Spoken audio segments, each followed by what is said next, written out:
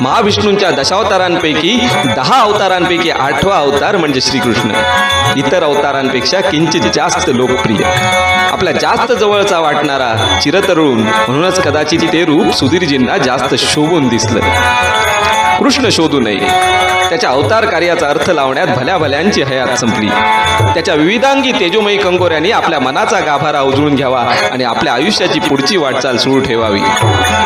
म्हातारा झालेला कृष्ण कधीही कोणी पाहिला नाही, कारण कृष्ण चिरतरुणच असतो. त्याला वार्धक्याचा अभिशाप कधी शिवत नाही. त्याचं अवतार कार्य आटोपलं की यत्किंचित पारध्या हाती देखील स्वतःचा नश्वर देह सोपून अवताराची सांगता करतो आणि प्रस्थान करतो नवीन अवतार धारण करण्यासाठी. कृष्ण जितका उमगला असं वाटावं तितकाच तो गूढ. अजिंक्य तारा हे तर अढळ पद. मग लोकराजा सुधीरजींसारखा अजिंक्य तारा त्या पदावरून ढळेलच कसा? तो होता